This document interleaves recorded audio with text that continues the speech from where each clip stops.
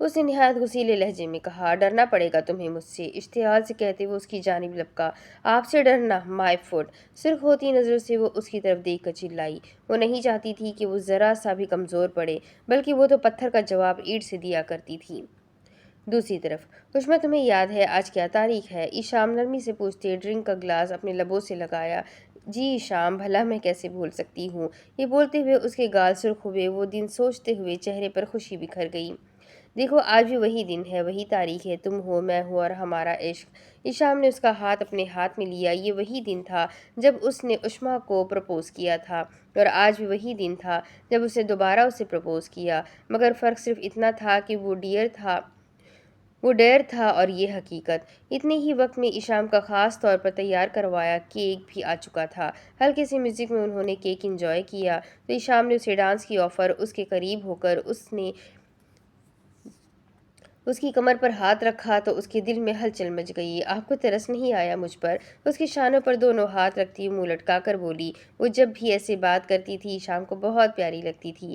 میں جاننا چاہتا تھا کہ تم بھی میرے لیے وہی فیل کرتی ہو جو میں تمہارے لیے کرتا ہوں، تو تمہارے چہرے کے اڑتے رنگوں نے مجھے میرے سوال کا جواب دے دیا۔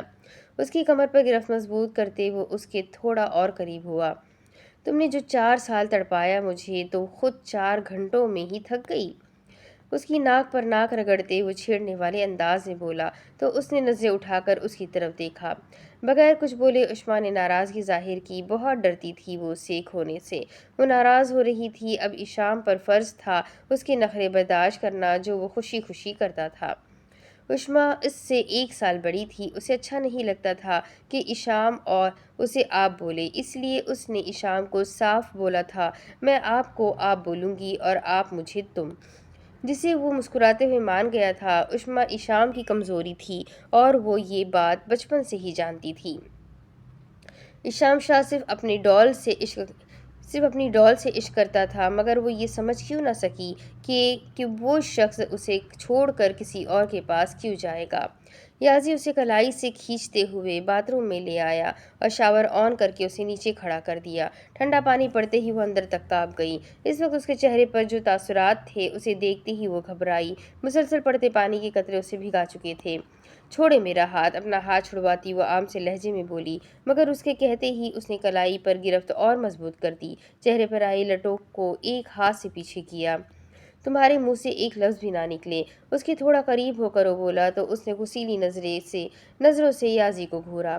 کیوں رکھوں میں اپنا منہ بند؟ ایک ہاتھ کمر کے پیچھے لے جا کر ٹیپ کو بند کیا۔ اسے الجھن ہو رہی تھی پانی کے قطروں سے۔ اگر تمہاری یہ زبان بند نہ ہوئی تو میں کاٹنے میں وقت نہیں لگاؤں گا، صفاقت سے کہتے اس نے اس کی گہری آنکھوں میں جھانکا۔ آپ جو چاہتے تھے میں نے ویسا ہی کیا، اب مجھے گھر چھوڑ کر آئے۔ بولتے ہوئے اس کا لہجہ تھوڑا نرم ہوا۔ اسی وقت اس کے ماتھے پر تیوری آئی۔ نکاح تم سے میں نے اس لیے کیا کہ تمہیں گھر چھوڑاؤں؟ ایک آئیبرو اچکائے اس نے سرد مہری سے پوچھا۔ ٹھنڈے پانی کی وجہ سے وہ ابھی تک کانپ رہی تھی۔ مجھے گھر جانا ہے، میرے بابا پریشان ہو رہے ہوں گے۔ ٹوٹے ہوئے لہجے میں وہ التجاجن بولی، مگر اس پر اس کی التجاؤ کا کہاں اثر ہونا تھا۔ اب سے تم یہاں ہی رہو گی، اس نے اس کے چہرے پر جھکتے ہوئے کہا۔ اس وقت وہ اس کے انتہائی قریب تھا تو وہ ڈر کر تھوڑا دور ہوئی۔ آج کی رات تم اس واش روم میں ہی گزارو گی۔ اسے وہی کانپتا چھوڑ کر وہ واش روم سے باہر نکل آیا۔ کیوں وہ شخص ایسا کر رہا تھا؟ آخر اس نے کیا بگاڑا تھا اس کا؟ وہ ایسا کیوں کر رہا تھا؟ اسے اس کی غلطی تو بتاتا۔ کب سے وہ بس یہی سوچ رہی تھی۔ کپڑے اس کے جسم کے ساتھ چپک چکے تھے۔ بے تحاشا غصہ چہرے سے ٹپک رہا تھا۔ میں یہاں رہوں گی، وہ بھی اس واش روم میں، کبھی نہیں۔ وہ تیش میں بولی کہ اس کی نظر وہاں موجود بالٹی پر پڑی۔ سکون سے تو میں آپ کو بھی نہیں رہنے دوں گی۔ ٹیپ کو آن کرتی وہ بالٹی میں پانی بھرنے لگی۔ دونوں ہاتھوں سے مضبوطی سے بالٹی کو پکڑتی وہ واش روم سے باہر نکلی۔ بالٹی کو تھوڑا اوپر لے جا کر بیڈ پر سارا پانی اڈیل دیا۔ چینجنگ روم سے ابھی وہ کپڑے بدل کر باہر ہی نکلا تھا کہ اسے یہ منظر دیکھنے کو مل گیا۔ اس نے اپنی پیشانی پر ہاتھ رکھا جو بہت گرم ہوئی تھی۔ کلائی پر موجود گھڑی پر وقت دیکھا۔ مخصوص چال چلتا ہوا وہ اس کے مقابلہ کھڑا ہوا۔ بغیر کچھ بولے بازو سے پکڑ کر گھسیٹتے ہوئے اس نے اسے واش روم میں دھکا دیتے ہی دروازہ بند کر دیا۔ دروازے کو لاک کرتے اس نے جیب سے موبائل نکال کر کچھ ٹائپ کیا اور چلتا ہوا کمرے سے باہر نکل گیا۔ شاید اسے کہیں جانا تھا، اس لیے وہ جلدی میں تھا، نہیں تو وہ اسے اچھے سے سزا دیتا۔ وہ اسے کمرے میں ہرگز نہیں بند کر سکتا تھا۔ وہ جانتا تھا وہ پوری کوشش کرے گی یہاں سے بھاگنے کی، اس لیے اس نے اسے واش روم میں بند کر دیا، جہاں کوئی بھی ایسی جگہ نہیں تھی جو وہ کوشش کرنے کا بھی سوچتی۔ دوسری طرف ایشام اور عشمہ جب گھر پہنچے تو وہی صاحب اور شمالہ بیگم ہال میں ٹہل رہے تھے۔ انہوں نے اسے ایسے پریشان دیکھ کر انہیں کچھ گڑبڑ کا احساس ہوا۔ ماما بابا کیا ہوا ہے؟ آپ پریشان کیوں ہے؟ ہال میں داخل ہوتے ایشام نے فکر مندی سے پوچھا۔ بیٹا زونیشا ابھی تک گھر نہیں آئی، اس کا فون بھی بند جا رہا ہے، مجھے بہت گھبراہٹ ہو رہی ہے۔ وہی صاحب نے پریشانی میں ایشام کو ساری بات بتائی تو ایشام اور عشمہ کے چہرے پر پریشانی کے سائے منڈلائے۔ بابا ڈرائیور کے ساتھ گئی تھی، آپ اسے کال لگائے، ایشام نے پریشانی کا حل نکالتے ہوئے کہا تو وہی صاحب نے نفی میں سر ہلایا۔ ٹینشن کی وجہ سے تو ان سے بولا بھی نہیں جا رہا تھا۔ بیٹا ڈرائیور کا بھی نمبر نہیں لگ رہا، شمالہ بیگم نے اپنے درد سے چور لہجے میں کہا۔ ایشام آپ اور بابا جا کر چیک کرے، کب سے گئی ہوئی ہے، ابھی تک نہیں آئی وہ، عشمہ نے ایشام کی طرف دیکھ کر کہا اور شمالہ بیگم کو شانوں سے پکڑ کر صوفے پر بٹھایا۔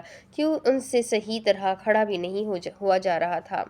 جی بابا میں دیکھ کر آتا ہوں، ایشام نے ہڑبڑی میں بولا اور جانے کے لیے پلٹا جب وہی صاحب نے اسے آواز لگائی۔ بیٹا میں بھی ساتھ چلوں گا۔ نہیں بابا آپ کی طبیعت ٹھیک نہیں لگ رہی، آپ گھر رہیں، میں دیکھ آتا ہوں، اس نے فکر مندی سے بولا، مگر وہی صاحب ساتھ جانا چاہتے تھے، آخر ان کی بیٹی کا معاملہ تھا، وہ کہاں آرام سے بیٹھ سکتے تھے۔ بیٹا میں ساتھ چلوں گا، تم گاڑی نکالو، انہوں نے ایشام کو حکم دیا اور عشمہ کو شمالہ بیگم کا دھیان رکھنے کا کہا۔ ایشام اور وہی صاحب دونوں گاڑی میں بیٹھ کر ایک ایسی تلاش کے لیے نکل پڑے تھے جس کا ملنا فی الحال تو ناممکن تھا۔ وہی صاحب کی تو حالت غیر طر ہوتی جا رہی تھی، ان کی جان سے پیاری بیٹی لاپتہ تھی، وہ کیسے پرسکون ہو سکتے تھے۔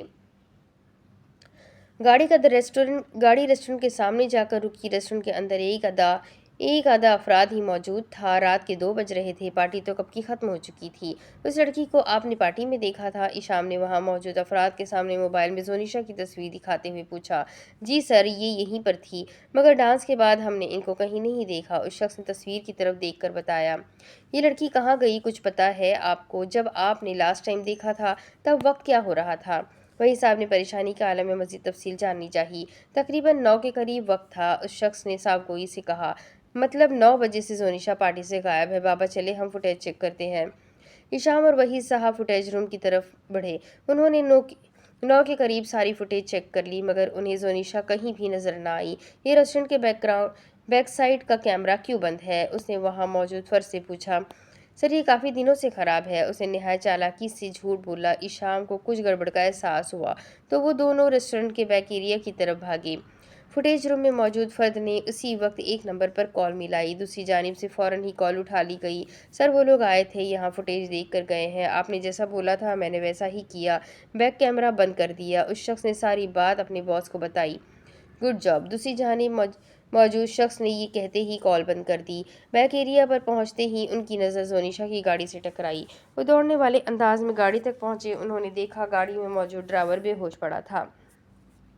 ایشام نے گاڑی سے پانی لے کر اس کے منہ پر پھینکا، پانی کے قطرے منہ پر پڑتے ہی وہ ہوش کی دنیا میں آیا۔ زونیشا کدھر ہے؟ تمہیں بے ہوش کس نے کیا؟ جیسے ہی اسے ہوش آیا ایشام نے فوراً سوال کیا۔ سر جی میرے کو نہیں پتا، زونیشا بی بی کدھر ہے؟ میں تو گاڑی میں بیٹھا تھا کہ اچانک سے کوئی شخص آیا، اس نے مجھے بے ہوش کر دیا، میں اس کا چہرہ نہیں دیکھ پایا۔ ڈرائیور نے ساری بات بتائی۔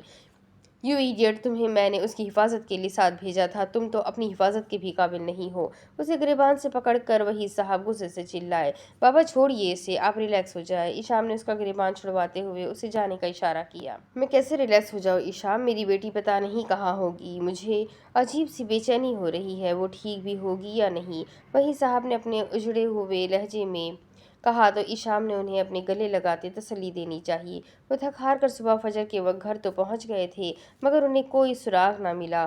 انہوں نے ہر جگہ زونیشا کو ڈھونڈا مگر وہ انہیں نہیں ملی، یہاں تک کہ وہ لوگ عروشی کے گھر بھی گئے تھے پتہ کرنے، مگر پھر بھی کچھ پتہ نہ لگ سکا۔ میری بچی کدھر ہے؟ آپ کے ساتھ کیوں نہیں آئی؟ وہ بتائیے مجھے، کہاں ہے میری زونیشا؟ انہیں گھر میں داخل ہوتا دیکھ وہ بھاگتی ہوئی ان کے پاس پہنچی۔ وہ وہی صاحب سے ایک ایسا سوال پوچھ رہی تھی جس کا جواب تو ان کے پاس بھی نہیں تھا۔ لگاتار آنسو ان کے چہرے کو بھگو رہے تھے۔ خاموش کیوں ہیں؟ میں آپ سے کچھ پوچھ رہی ہوں۔ انہیں خاموش دیکھ کر وہ دوبارہ سے بولی۔ عشمہ کو تو اب ان کی خاموشی سے خوف سا آنے لگا تھا۔ ماما زونیشا کا کچھ نہیں پتا، کچھ نہیں پتہ چلا، کوئی بھی نہیں جانتا کہ وہ کہاں ہے۔ یہ آواز شام کی تھی جو درد سے چور لہجے میں بولا تھا۔ ابھی وہ اتنا ہی بولا کہ شمالہ بیگم دھڑلے کی آواز سے زمین بوس ہو گئی۔ وہ سب پہلے ہی بہت پریشان تھے، انہیں بے ہوش ہوتا دیکھ اور پریشان ہو گئے۔ شمالہ آنکھیں کھولو۔ وہی صاحب ان کا سر اپنی گود میں رکھتے ان کے گال کو تھپک رہے تھے۔ عشمہ، ڈاکٹر کو کال لگاؤ، ایشام نے عشمہ سے کہا اور وہی صاحب کے ساتھ مل کر شمالہ بیگم کو صوفے پر لٹایا۔ پتہ نہیں اب اور کتنی قیامتیں ٹوٹنی تھیں ان پر۔ 6 بجے کے قریب وہ گھر واپس آیا، نماز کا وقت گزر رہا تھا، اس لیے سب سے پہلے وضو کر کے نماز ادا کی۔ وہ اپنی نمازوں کو لے کر بہت سنجیدہ تھا، اس کی ماں نے بچپن سے اسے نماز کا پابند بنا دیا تھا اور وہ کیسے اپنی ماں کی سکھائی باتیں بھول سکتا تھا۔ بچپن سے ہی بچوں کو نماز کی عادت ڈال دینی چاہیے تاکہ جیسے جیسے ان کی عمر دراز ہو ان کی یہ عادت پکی ہو جائے، اور اگر کسی چیز کی عادت لگ جائے تو اسے ہر حال پورا کیا جاتا ہے۔ تقریباً 6:30 پر اس نے اپنے کمرے کا رخ کیا۔ وہ اپنے کمرے میں داخل ہوا۔ کمرے میں خاموشی کا راج تھا۔ یازی بیٹا، یہ لے آپ کی کافی۔ ملازمہ فیضان کی ماں نے کمرے میں داخل ہوتے ٹرے میں رکھا کافی کا مگ اس کی جانب بڑھایا، جسے اس نے مسکراتے ہوئے پکڑ لیا۔ میرے جانے کے بعد میرے کمرے میں کوئی آیا تو نہیں؟ کافی کا گھونٹ بھرتے اس نے پوچھا۔ اس کی عادت تھی فجر کی نماز کے بعد کافی پینا۔ نہیں بیٹا، کوئی نہیں آیا۔ ملازمہ جواب دیتے ہی اس کے حکم کے مطابق کمرے سے باہر چلی گئی۔ کافی کا آخری گھونٹ بھرتے وہ واش روم کی دروازے کی طرف بڑھا۔ دروازہ کھولتے ہی اس نے اپنے قدم اندر کی جانب بڑھائے تو اسے وہ کہیں نظر نہیں آئی۔ اسی لمحے اس کی پیشانی پر بل پڑے۔ تیز تیز قدم اٹھاتا وہ شیشے کا دروازہ کھول کر اندر آیا۔ اس کی نظریں باتھ ٹب سے ٹکرائی جہاں وہ دنیا جہاں سے بے خبر آرام سے اپنی نیند پوری کر رہی تھی۔ باتھ ٹب پر تو وہ ایسے آرام سے سو رہی تھی جیسے کسی نرم تخت پوش پر سو رہی ہو۔ دیکھتے ہی دیکھتے اس نے اسے اپنے مضبوط بازوؤں میں اٹھایا۔ کپڑے اس کے ابھی بھی تھوڑے سے گیلے تھے، اتنی ٹھنڈ میں گیلے کپڑوں کی وجہ سے اس کا جسم گرم ہو چکا تھا۔ وہ چلتا ہوا بیڈ تک آیا، تھوڑا سا نیچے جھک کر اس نے اسے بیڈ پر لٹا دیا اور خود وارڈروب سے کپڑے نکال کر واش روم میں بند ہو گیا۔ رات کو کافی دیر تک تو وہ دروازہ ہی بجاتی رہی مگر کوئی بھی اس کے کمرے کے آس پاس نہیں آیا۔ پھر تھک ہار کر اس نے وہاں سے نکلنے کا کوئی سراغ ڈھونڈنا چاہا مگر یازی اس کے لیے کوئی سراغ چھوڑتا تو وہ یہاں سے نکل پاتی۔ اس کے آنے سے کچھ وقت پہلے ہی وہ باتھ ٹب میں جا کر سو گئی۔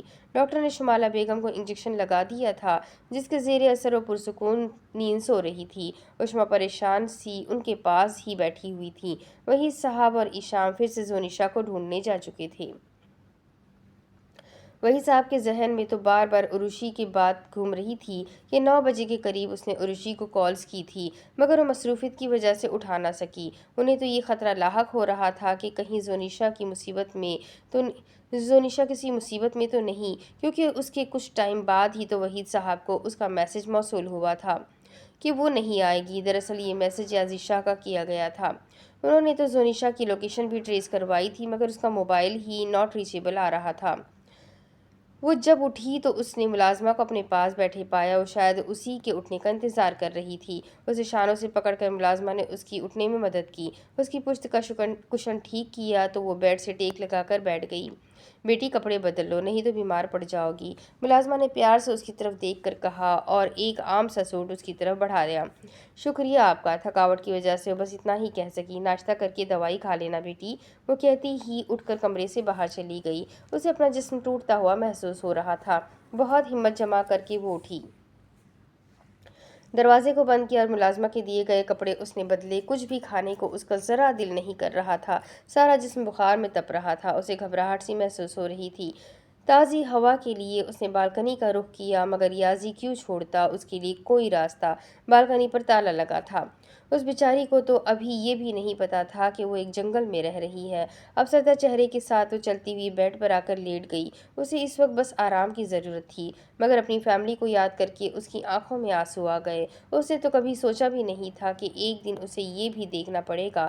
وہ بہت بے بس ہو گئی تھی، نہ یہاں سے نکل سکتی تھی نہ کسی کی مدد لے سکتی تھی۔ اس وقت اسے جو بھی کرنا تھا خود ہی کرنا تھا۔ اب اس کے آگے کی کہانی میں آپ کو اگلے ویڈیو میں سناتی ہوں کہ آگے کیا ہوگا۔ ناول کافی انٹرسٹنگ ہے تو میرے ساتھ بنے رہے۔ ویڈیو کو لائک کریں، چینل کو سبسکرائب کریں، بیل آئیکن کو ضرور دبائیں اور مجھے یہ ضرور کمنٹ کر کے بتائیں کہ آپ کو یہ ناول کیسا لگ رہا ہے، کون سا کیریکٹر آپ کو زیادہ انٹرسٹنگ لگ رہا ہے اور اب آگے کیا ہوگا، یہ جاننے کے لیے میرے ساتھ بنے رہیں۔ تو ملتے ہیں اگلی ویڈیو میں، تب تک کے لیے اپنا خوب سارا خیال رکھیں، مجھے بھی دعا میں یاد رکھیں۔ اللہ حافظ۔